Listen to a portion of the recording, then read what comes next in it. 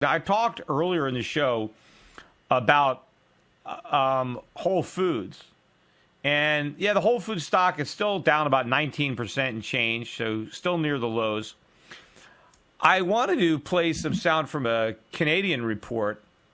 This is from CBC, talking about bacon and what's happening over there. Because, again, this is part of what's going on, I think, with the economy in general. In fact, there was a good article in the Wall Street Journal by Alan Meltzer talking about how inflation is showing up in food, and this is just the beginning, and it's going to get worse. And people like Janet Yellen, who don't understand inflation, who are still, in fact, she still mentioned that we do have some clips from Janet Yellen that we'll get to, but she mentioned that she's still concerned that there's not enough inflation, but she's hopeful that her policies will be effective, and so fortunately we'll get more inflation, even as oil prices are up better than 1% today. And the only real stocks that are making new 52-week highs are all my oil stocks, or not my oil stocks, but a lot of the stocks I own in the oil sector. I noticed them are hitting new highs today. That's what's keeping the Dow up. The Nasdaq's down about 50 points, but the Dow's up thanks to the strength in the oil stocks because oil prices are rising. But don't worry, there's no inflation, and besides, higher prices are good for us anyway. Well, have a listen to this report on the rising cost of bacon and other food, cut number one. Well, the next time you go to buy bacon, you may not be getting what you expected. Some of Canada's food companies have quietly trimmed the fat on packaging instead of charging you more. Cameron McIntosh explains why. You will not see this again, the 500 grams. Have you looked at a package of bacon lately? Really looked at it? This is brand new, yep. Same package, same price, different weight. Now this is a 375, and this is a 500 gram. So they look the same, they feel the same. Yeah, well, they're quite a bit lighter. It's not the same. You remember, they have the same complaints up in Canada that there's not enough inflation. You tell that to somebody who's in the supermarket watching the package of bacon. So now you have to buy almost two packages to get what you used to get in one. They'll probably claim, well, there's no inflation. You see, the price hasn't risen. Yeah, but I got to eat half as much, or I got to buy twice as much. So there is inflation. Here, cut number two. In other words, in many cases, you could be paying the same but getting less. Just one adjustment, butcher Gilbert Coleman has seen his pork prices spike. I had to go up to 30, 35 cents, and I hold as much as I can. A few years ago, the pork industry was depressed. Meat was selling at a relative discount, but that's been correcting itself, especially over the last 6 months with a surge in prices due to a number of factors.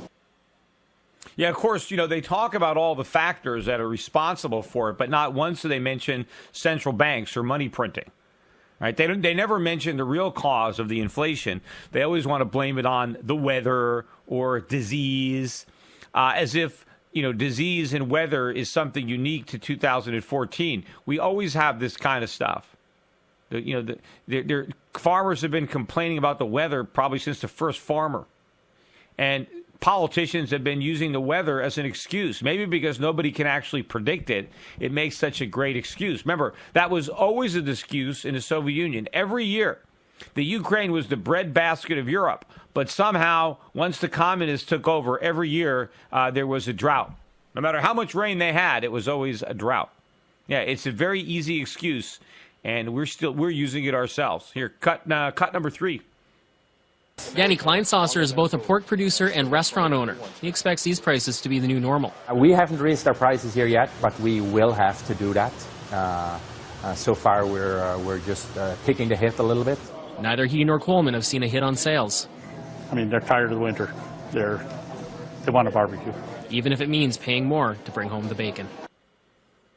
Well, yeah, in fact, according to the government, they should want to buy even more. The higher the price, the better, right? That's what we need. We need higher prices. Why aren't they even reporting this? See, they're actually reporting this as if it's a problem. Why don't they report it as good news? Hey, and now for some good news today, the price of bacon is up. Fantastic. What we need is the price of more stuff to go up. Here, cut number four. Well, it's not just bacon at breakfast that's getting more expensive. Your entire barbecue dinner is pricier, too. Pork chops cost 25% more now compared to 4 years ago. The price of chicken has increased by 10%. Even hot dogs, they cost 18% more now. But the biggest jump? It's with burgers. The price of ground beef has jumped 43% increase in 4 years. That's better than 10% a year in hamburger, a staple for middle America, even low-income Americans. Hamburger prices up better than 10% a year, and Janet Yellen says there's no inflation. And you know what? That's just the beginning. We're going to see these prices moving up even faster, maybe 20, 25% a year. Can you say 30% a year? I mean, we're going to be kicking into a whole new gear for food prices and all sorts of costs. Wait till we get the next explosion in the price of oil, because it's coming. We're just building this base of support around $100 a barrel, and then we're going to take off. I mean, 100 is going to look like 30 pretty soon. And we're going to look back at it, with nostalgia